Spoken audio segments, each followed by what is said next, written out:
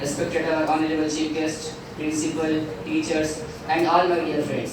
Today in this annual program, the topic of my speech is Islam, the Prophet in the eyes of non-Muslims. The world before Prophet Muhammad sallallahu alaihi wasallam, around 1400 years from now, was the victim of tyranny and barbarity battles, and wars were begin on tiny shoes, and shedding blood of innocent souls was part of life. Plunder was prevailing, and oppression was part of the society. Girls were buried alive, idolatry, human worship, and to bow down before husbands were considered as part of the religion. And culture, alcoholism, fornication, and gambling were ingredient of the society. And in words of the Holy Quran, the world was on the edge of burning hell.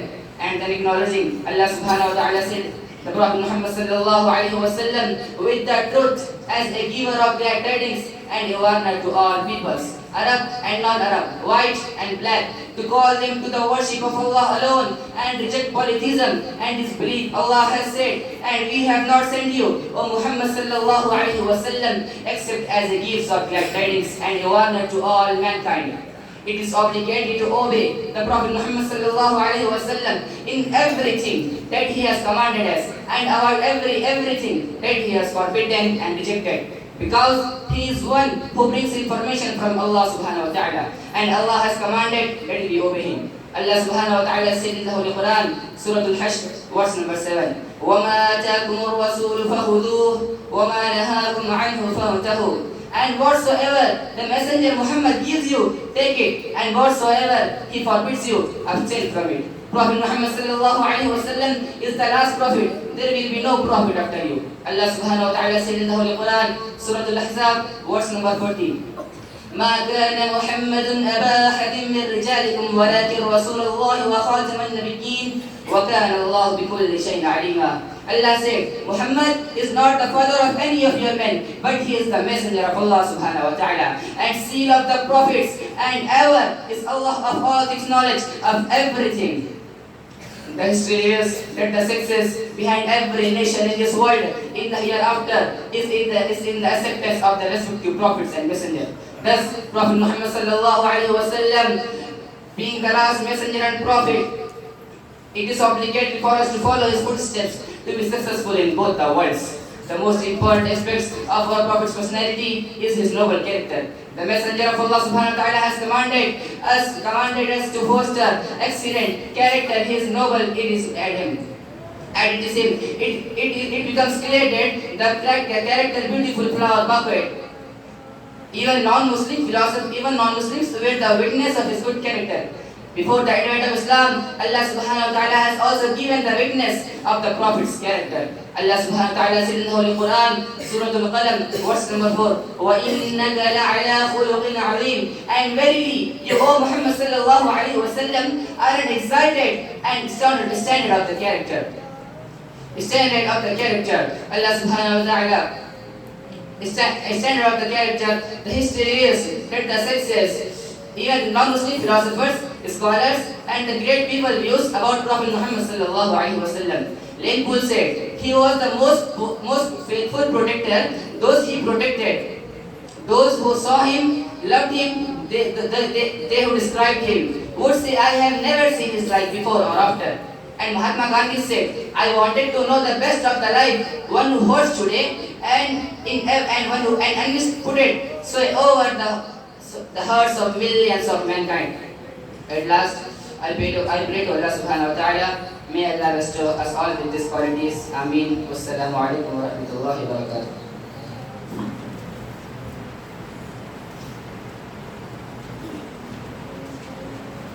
جزاك الله خير وأحسن الجزاء ما شاء الله بارك الله.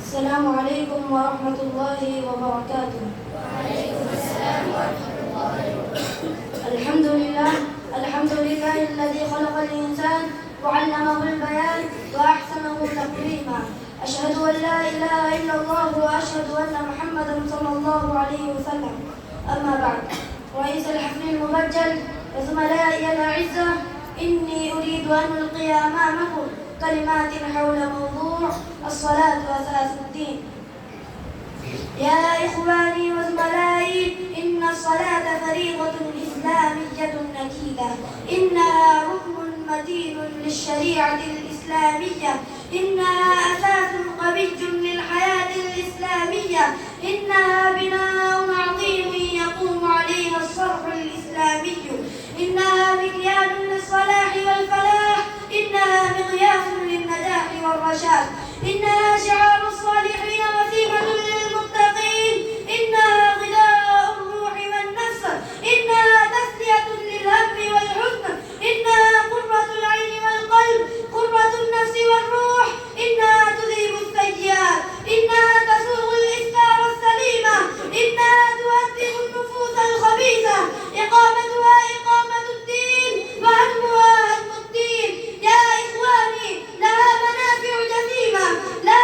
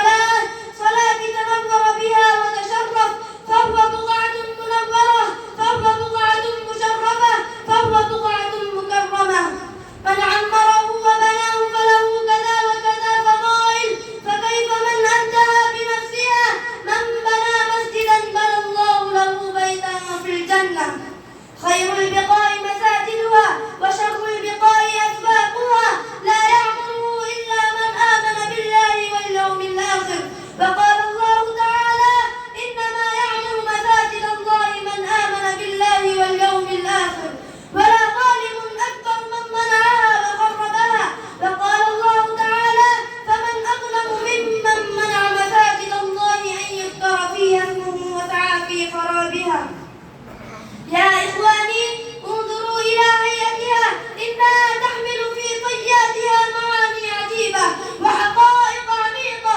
أما عرفت حقيقة قيامها إنه يدرب النفس والأعضاء الطاهرة تدريبا إنسانيا فيحث على ترك الشهوات القلبية ويحث على غض البصر عن الفحشاء والمنكر ويقيد بالأحكام الإلهية في الحياة كلها خلوة وجلوة سرا وجهرا انفرادا واستماعا. أم عرفت حقيقة ركوعها وسجودها إنه يذكر الإنسان في كل وقت أنك خلقت من هذا التراب الذي تراه والذي تضع عليه عضوك الكريم من الأعضاء فكيف تكبر وتجبر وأنت من هذا الطين وأنت من الصلصال. وقال الله تعالى منها خلقناكم وفيها نعيدكم ومنها نخرجكم تارة أخرى. أيها السامعون فتدبروا سجودها وقعودها إنهما يحملان لطائف عجيبة متحيرة هكذا ركن من أركانها. فيا إخواني عضوا عليها بالنواجذ ولا تغفلوا عنها في أي حال من الأحوال وإلا يكون لنا الخسران العظيم. نسأل الله تعالى لنا ولكم الهداية والاستقامة لما يحب ويرضاه. آمين. السلام عليكم ورحمة الله وبركاته.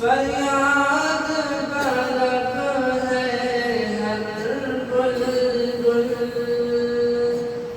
بے گل ہے صبا مغموم ہے گل فریاد بلب ہے ہر بلبل آغاز بہار جب یہ ہے انجام بہار کیا ہوگا آغاز بہار جب یہ ہے انجام بہار کیا ہوگا دستار کرامت سچ ہے زیبا تو نہیں ہر سن کے دستار کرامت سچ ہے زیبا تو نہیں ہر سن کے کانٹا ہے ازل سے رنگ چمن وہ فخر گلستاں کیا ہوگا کانٹا ہے ازل سے رنگ چمن وہ فخر گلستاں کیا ہوگا میں سوچ رہا ہوں گلشن کی تزئین کا سامان کیا ہوگا تقریب کا دائی ہر گل ہے تعمیر کا امکان کیا ہوگا السلام علیکم ورحمۃ اللہ وبرکاتہ.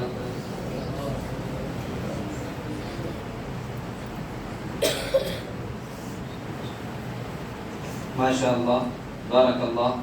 موصوف نے اپنی شیریں آواز میں محفل کو محظوظ کر رہے تھے. اللہ رب العالمین سے دعا ہے کہ اللہ تعالیٰ آپ کی آواز میں اور تازی عطا فرمائے. آمین. اب ان کے بعد میں عربی اول کے طالب علم کو اس شعر کے ساتھ مدعو کرتا ہوں. رشد و ہدایت کے منارے ہیں صحابہ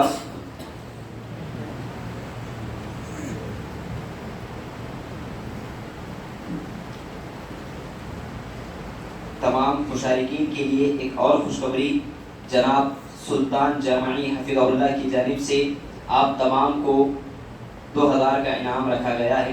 جزاک اللہ خیر و احسن الجزا. رشد و ہدایت کے منارے ہیں صحابہ رشد و ہدایت کے منارے ہیں صحابہ صد شکر کے رہبر جو ہمارے ہیں صحابہ. اسی کے ساتھ صحابہ کا مقام و مرتبہ اس عنوان پر لب گشائی کرنے کے لیے محمد ابراہیم بن شہاب الدین کو میں مدعو کرتا ہوں. آپ آئیں اور اپنی تقریر پیش کریں.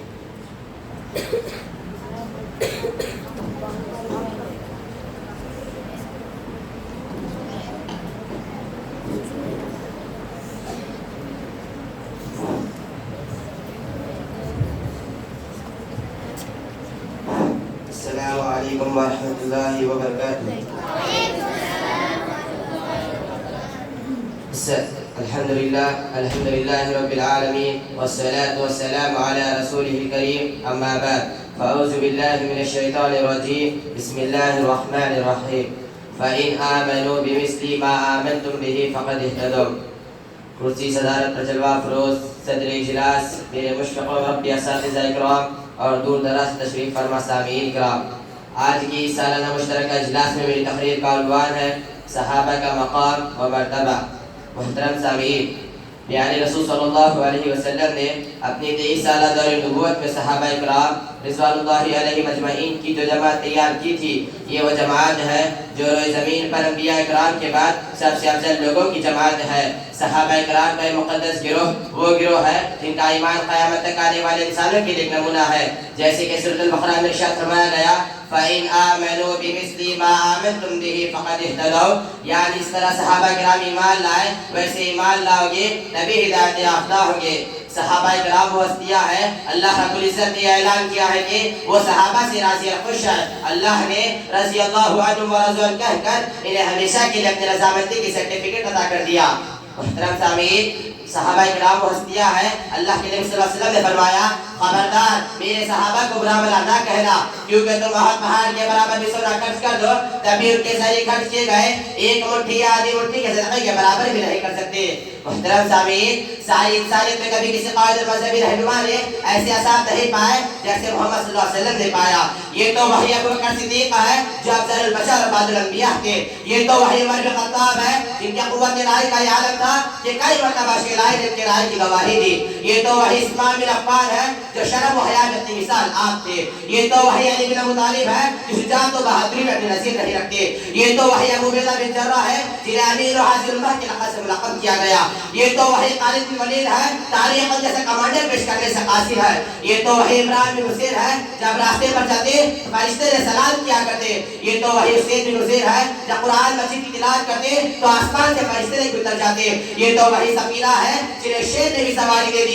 یہ تو وحی عبداللہ ہے جو 80 کے کھا کر بھی نبی کریم صلی اللہ علیہ وسلم کی ڈھال بنے رہے۔ یہ تو وحی بلال بن رباح ہے جو تقریرات پر لٹائے جانے کے باوجود بھی احقاق کے نعرے لگاتے رہے۔ یہ تو وحی عبداللہ بن ابی عامر ہے جو نبی کریم صلی اللہ علیہ وسلم کے صرف ایک اشارے پر نئی نبی دلہن کو چھوڑ کر میدان جنگ میں کود پڑے اور جام شہادت نوش فرما گئے رضوان اللہ علیہ مجمعین۔ کسی نے سچ کہا کلیات جنم لیتی ہے اللہ کو ہی چمن میں، کلیات جنم لیتی ہے اللہ کو ہی چمن میں، کھلا سبھی کلیوں کا مقدر نہیں ہوتا۔ محترم سامعین، تاریخ کیا کا لباس قربانیاں جانثاریہ اور فرمانبرداریاں دیکھی، لیکن نبی کائنات جناب محمد رسول اللہ صلی اللہ علیہ وسلم کے ساتھی قربانیاں جانثاریہ اور فرمانبرداریاں دیکھنے سے سارا عالم حاصل ہے۔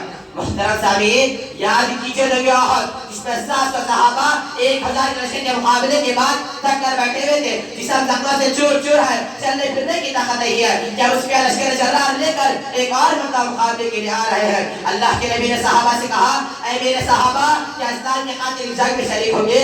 ذرا غور کیجئے محترم سامعین، ابھی ایک جنگ بھی ہے، زخموں سے بدن چور چور ہے، اجسام مبارک زخموں سے سرخ ہے۔ ایسی حالت میں تمام صحابہ نے کہا یا رسول اللہ یہ تو ہماری ایک جان ہے، ایسی کئی جانیں اسلام کے خاطر اللہ کی راہ میں قربان کر دیتے۔ اللہ اکبر نصاب پر جنہوں نے اتنی بڑی قربانی پیش کی، اللہ کی قسم راہ کی دنیا تک کیسے قربانی پیش نہیں کر سکتا۔ محترم سامعین، یہ وہ مقدس جماعت ہے جب ان پر تہمتیں لگایا جا رہا تھا، ان کا استہزاء کیا جا رہا تھا، انہیں بیوقوف کمزور و لاغر کہا جا رہا تھا، تو عرش الہی والے نے ان کا دفاع کیا اور فرمایا الا انہم هم السفہاء ولکن لا یعلمون، یہی لوگ بیوقوف ہیں لیکن وہ جانتے رہے۔ آج سے 1450 سال قبل رب العزت نے جن پر معافی کا قلم پھیر دیا، جن پر مغفرت کی چادر ڈال دی، جو اپنی رضا کا پروانہ عطا کیا، تو بتاؤ آج 1450 سال بعد ان نفوس قدسیہ کے عیوب و نقائص کے نکالنے اور پر منافقت کے لکیر کھینچنے کی کیا ضرورت پیش آ گئی؟ سامعین، یہ ناپاکی کا لبادہ اوڑھ کر پاکیزہ روحوں پہ کیچڑ اچھالنے والے درندے رب تعالیٰ کی قسم جہنم کی آگ میں جلیں گے۔ ام المؤمنین عائشہ کی دشمنہ، حفصہ کی دشمنہ، ابو بکر کی دشمنہ، عمر کی دشمنہ، عمر کی دشمنہ، عثمان کی دشمنہ، سن لو ساری زندگی بھوگتے رہو گے، تمہارے بھوگنے کا اثر اس کتے کے مانند ہے کہ ستاروں کی چمک کو دیکھ کر بھوگتا ہے، مگر ستاروں کی چمک میں ذرہ برابر بھی کبھی نہیں ہو سکتی۔ خلاصی کلام یہ ہے کہ صحابہ کرام اس روئے زمین کے سب سے پاک باز ہستیاں ہیں جن کے دل کی تعریف اللہ نے قرآن مجید میں کیا اور پیارے رسول صلی اللہ علیہ وسلم نے دنیا ہی میں کو جنت کی بشارت دی۔ اسی لیے ہمیں چاہیے کہ ہم صحابہ کرام کے مقام و مرتبے کو جانتے ہوئے ان کے نقش قدم پر چلنے کی کوشش کرنی چاہیے۔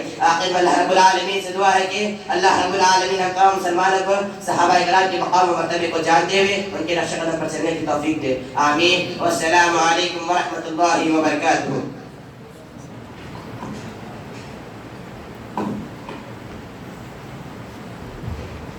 ماشاء اللہ، بارک اللہ۔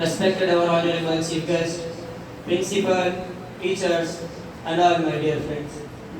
Today in this annual program, the topic of my speech is character of Prophet Muhammad sallallahu alaihi wasallam.